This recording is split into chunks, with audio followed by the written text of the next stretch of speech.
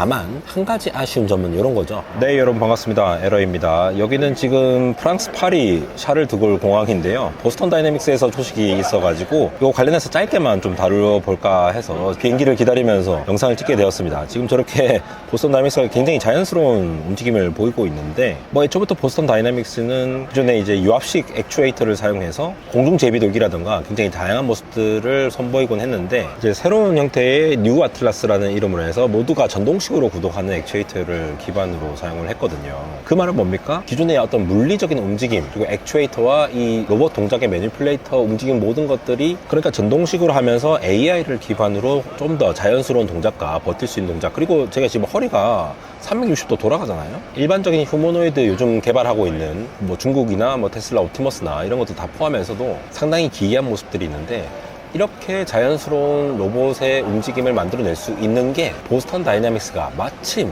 엔비디아의 로봇 플랫폼을 활용할 수 있기 때문에 훨씬 더 가능성이 높아졌다는 관점에서 한번 분석해 보도록 하겠습니다. 이번 GTC 2025에서도 엔비디아의 젠슨왕 CEO의 기조연설 키노트에서 이 로봇의 피지컬 AI 구현 관련해서 많은 얘기가 다루기도 했는데, 결국 이거죠. 지금 보시다시피 트레이닝 할 수 있는 거, 로봇이 어떤 동작을 할 거냐를 사람으로부터 혹은 여러 가지 학습 데이터로부터 학습을 하는 플랫폼이 있어야 될 거고, 그걸 그 다음에 우리가 시뮬레이션을 하는, 그리고 여러 가지 실험을 통해서 에뮬레이션을 할 수 있는 그런 플랫폼 모든 것들이 다 있어야지만이 되는데, 어떻게 보면 보스턴 다이내믹스는 상용화 입장에서, 대량 생산 입장에서 굉장히 좀 약간 취약하다라는 평가를 받아온 입장이었죠. 왜냐하면은 기존의 유압식 액추에이터의 유지 보수도 힘들 뿐더러 이번 GTC에서도 굉장히 흥미로웠던 부분들이, 굉장히 많은 로봇이 이미 엔비디아의 플랫폼을 사용을 하고 있는데, 그런 시뮬레이션, 트레이닝, 그 다음에 실제로 이렇게 배치를 하는 디플로이까지 모든 것들이 이 거대한 이 휴머노이드 로봇 산업과 관련해서 엔비디아의 플랫폼으로 작동할 수 있다. 그리고 발전 자체를 가속화할 수 있다는 점이 상당히 흥미로웠던 부분들이죠. 근데 기존의 어떤 액추에이터의 움직임이라든가 로봇의 그런 기괴한 그런 동작들, 그런 것들을 굉장히 이제 트레이닝을 많이 했던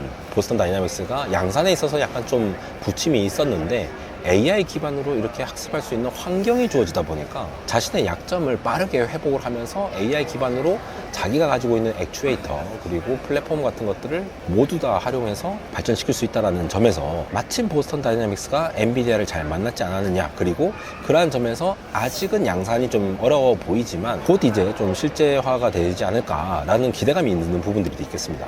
사실 이게 뭐 비전 처리라던가 아니면 디퓨전 트랜스포머 모델 이런 것들은 제가 이전에 영상에서 많이 다루긴 했는데, 이 보스턴 다이내믹스의 기술력이라고 하면은 결국은 로봇의 어떤 키네마틱스라든가 어떤, 그러니까 그 역학적인 설계 있죠. 로봇이 어떤 기계적 설계를 가지고 있고 어떤 관절을 가지고 있을 거고, 로봇이 받아들이는 어떠한 감각들을 어떤 센서를 통해서, 그리고 뭐 자이로 센서라든가 아니면 구동계라든가 이러는 정밀한 조율을 기존에 이미 하드웨어적으로 많이 해왔던 기업이라는 거죠. 이게 그냥 AI로 학습한다라는 관점보다 애초에 어떤 물리적인 어떤 메커니즘을 잘 이해하고 만들어 왔던 게 보스턴 다이내믹스의 강점이었기 때문에 굉장히 복잡한 동작이라든가 어떤 균형을 맞춘다라든가 이런 것들이 아무래도 뭐 수년간의 연구 경험을 통해 가지고 그냥 소프트웨어 개선만으로는 구현하기 어려운 부분이 있었다라는 겁니다. 이게 경쟁력이라는 거죠.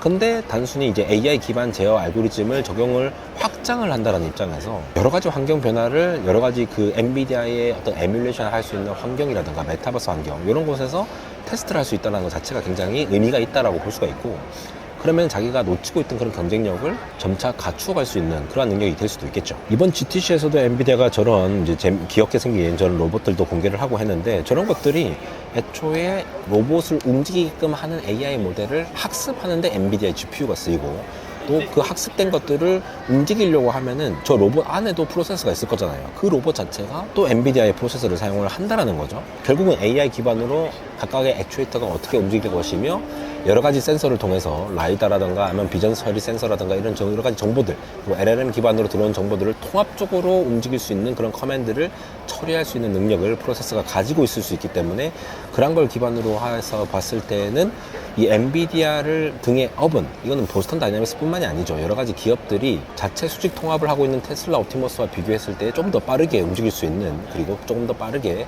성장할 수 있는, 경쟁력을 가질 수 있는 계기가 된다라고 보시면 되겠습니다.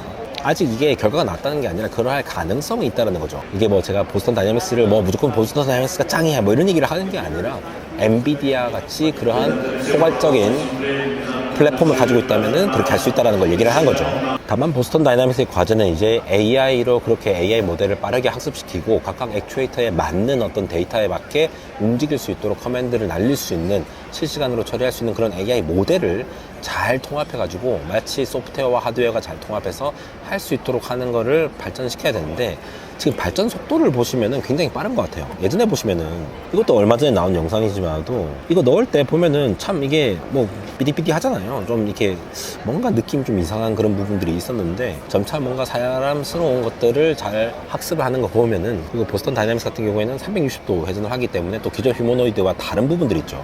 360도 회전하면서 사람과 다른 관절로 움직이는데 균형점을 맞출 수 있다라고 하는 관점에서 보면은 조금 더 이 자신의 어떤 밸런스를 맞추는 데 있어서 어떤 AI 모델이 내 로봇 하드웨어와 잘 맞을 것이냐를 지속적으로 학습을 잘 해야 되는 부분들이 있는데, 기존에 피지컬적으로 어떻게 액추에이터들이 동작을 하는지, 센서를 어떻게 통합을 하는지에 대해서 좀 잘 이해를 하고 있기 때문에 이런 것들을 엔비디아 플랫폼을 토대로 해서 좀 잘 나아가고 있는 것이 아닌가, 그렇게 좀 기대할 수 있는 부분들이 있겠습니다. 다만 한 가지 아쉬운 점은 이런 거죠.